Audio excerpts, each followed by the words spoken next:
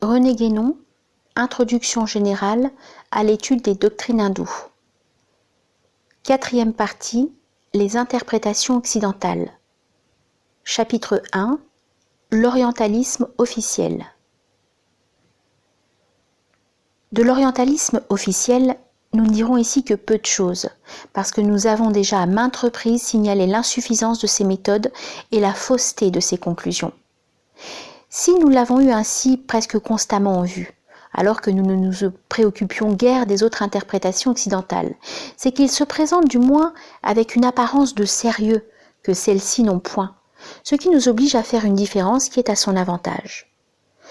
Nous n'entendons nullement contester la bonne foi des orientalistes, qui est généralement hors de doute, non plus que la réalité de leur érudition spéciale. Ce que nous contestons, c'est leur compétence pour tout ce qui dépasse le domaine de la simple érudition. Il faut d'ailleurs rendre hommage à la modestie très louable avec laquelle quelques-uns d'entre eux, ayant conscience des limites de leurs compétences vraies, refusent de se livrer à un travail d'interprétation des doctrines. Mais malheureusement, ceux-là ne sont qu'une minorité, et le grand nombre est constitué par ceux qui, prenant l'érudition pour une fin en elle-même, ainsi que nous le disions au début, croient très sincèrement que leurs études linguistiques et historiques leur donnent le droit de parler de toutes sortes de choses. C'est envers ces derniers que nous pensons qu'on ne saurait être trop sévère quant aux méthodes qu'ils emploient et aux résultats qu'ils obtiennent, et tout en respectant bien entendu les individualités qui peuvent le mériter à tout égard, étant fort peu responsables de leur parti pris et de leurs illusions. L'exclusivisme est une conséquence naturelle de l'étroitesse de vue, de ce que nous avons appelé la myopie intellectuelle. Et ce défaut mental ne paraît pas plus guérissable que la myopie physique. D'ailleurs, c'est comme celle-ci une déformation produite par l'effet de certaines habitudes qui y conduisent insensiblement et sans qu'on s'en aperçoive, encore qu'il faille sans doute y être prédisposé. Dans ces conditions, il n'y a pas lieu de s'étonner de l'hostilité dont la généralité des orientalistes font preuve à l'égard de ceux qui ne se soumettent pas à leurs méthodes et qui n'adoptent pas leurs conclusions. Ce n'est là qu'un cas particulier des conséquences qu'entraîne normalement l'abus de la spécialisation et une des innombrables manifestations de cet esprit scientiste qu'on prend trop facilement pour le véritable esprit scientifique. Seulement, malgré toutes les excuses que l'on peut ainsi trouver à l'attitude des orientalistes, il n'en reste pas moins que les résultats valables auxquels leurs travaux ont pu aboutir à ce point de vue spécial de l'érudition qui est le leur, sont bien loin de compenser le tort qu'ils peuvent faire à l'intellectualité générale, en obstruant toutes les autres voies, qui pourraient mener beaucoup plus loin ceux qui seraient capables de les suivre. Étant donné les préjugés de l'Occident moderne, il suffit pour détourner de ces voies presque tous ceux qui seraient tentés de s'y engager, de déclarer solennellement que cela n'est pas scientifique, parce que cela n'est pas conforme aux méthodes et aux théories acceptées et enseignées officiellement dans les universités. Quand il s'agit de se défendre contre un danger quelconque, on ne perd généralement pas son temps à rechercher des responsabilités.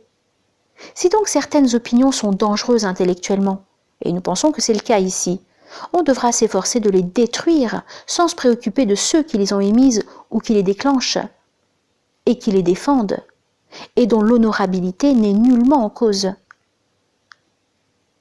Les considérations de personnes qui sont bien peu de choses en regard des idées ne sauraient légitimement empêcher de combattre les théories qui font obstacle à certaines réalisations. D'ailleurs, comme ces réalisations, sur lesquelles nous reviendrons dans notre conclusion, ne sont point immédiatement possibles, et que tout souci de propagande nous est interdit, le moyen le plus efficace de combattre les théories en question n'est pas de discuter indéfiniment sur le terrain où elles se placent, mais de faire apparaître les raisons de leur fausseté, tout en rétablissant la vérité pure et simple, qui seule importe essentiellement à ceux qui peuvent la comprendre. Là est la grande différence, sur laquelle il n'y a pas d'accord possible avec les spécialistes de l'érudition. Quand nous parlons de vérité, nous n'entendons pas simplement par là une vérité de fait, qui a sans doute son importance, mais secondaire et contingente. Ce qui nous intéresse dans une doctrine, c'est la vérité, au sens absolu du mot, de ce qui est exprimé. Au contraire, ceux qui se placent au point de vue de l'érudition ne se préoccupent aucunement de la vérité des idées. Au fond, ils ne savent pas ce que c'est, ni même si cela existe, et ils ne se le demandent même pas. La vérité n'est rien pour eux, à part le cas très spécial où il s'agit exclusivement de vérité historique. La même tendance s'affirme pareillement chez les historiens de la philosophie. Ce qui les intéresse, ce n'est point de savoir si telle idée est vraie ou fausse, ou dans quelle mesure elle l'est. C'est uniquement de savoir qui a émis cette idée, dans quels termes il l'a formulée, à quelle date et dans quelles circonstances accessoires il l'a fait. Et cette histoire de la philosophie, qui ne vaut rien en dehors des textes et des détails biographiques, prétend se substituer à la philosophie elle-même, qui achève ainsi de perdre le peu de valeur intellectuelle qui avait pu lui rester dans les temps modernes. D'ailleurs, il va de soi qu'une telle attitude est aussi défavorable que possible pour comprendre une doctrine quelconque. Ne s'appliquant qu'à la lettre, elle ne peut pénétrer l'esprit, et ainsi le but même qu'elle se propose lui échappe fatalement. L'incompréhension ne peut donner naissance qu'à des interprétations fantaisistes et arbitraires, c'est-à-dire à de véritables erreurs, même s'il ne s'agit que d'exactitude historique. C'est là ce qui arrive dans une plus large mesure que partout ailleurs pour l'orientalisme, qui a affaire à des conceptions totalement étrangères à la mentalité de ceux qui s'en occupent. C'est la faillite de la soi-disant méthode historique. Même sous le rapport de la simple vérité historique, dont la recherche est sa raison d'être, comme l'indique la dénomination qu'on lui a donnée. Ceux qui emploient cette méthode ont le double tort, d'une part, de ne pas se rendre compte des hypothèses plus ou moins hasardeuses qu'elle implique, et qui peuvent se ramener principalement à l'hypothèse évolutionniste, et d'autre part, de s'illusionner sur sa portée en la croyant applicable à tout. Nous avons dit pourquoi elle n'est nullement applicable au domaine métaphysique, d'où est exclue toute idée d'évolution. Aux yeux des partisans de cette méthode, la première condition pour pouvoir étudier les doctrines métaphysiques est évidemment de ne pas être métaphysicien. De même, ceux qui l'appliquent à la science des religions prétendent plus ou moins ouvertement qu'on est disqualifié pour cette étude par le seul fait d'appartenir à une religion quelconque.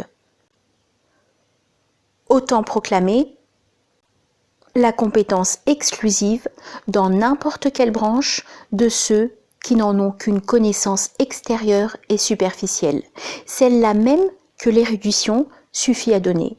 Et c'est sans doute pourquoi, en fait de doctrines orientales, l'avis des orientaux est réputé nul et non avenu. Il y a là, avant tout, une crainte instinctive de tout ce qui dépasse l'érudition et risque de faire voir combien elle est médiocre et puérile au fond. Mais cette crainte se renforce de son accord avec l'intérêt beaucoup plus conscient qui s'attache au maintien de ce monopole de fait qu'ont établi à leur profit les représentants de la science officielle dans tous les ordres, et les orientalistes peut-être plus complètement encore que les autres. La volonté bien arrêtée de ne pas tolérer ce qui pourrait être dangereux pour les opinions admises et de chercher à le discréditer par tous les moyens, trouve du reste sa justification dans les préjugés mêmes qui aveuglent ces gens à vue étroite et qui les poussent à dénier toute valeur à ce qui ne sort pas de leur école. Ici encore, nous n'incriminons donc point leur bonne foi, mais nous constatons simplement l'effet d'une tendance bien humaine, par laquelle on est d'autant mieux persuadé d'une chose qu'on y a un intérêt quelconque.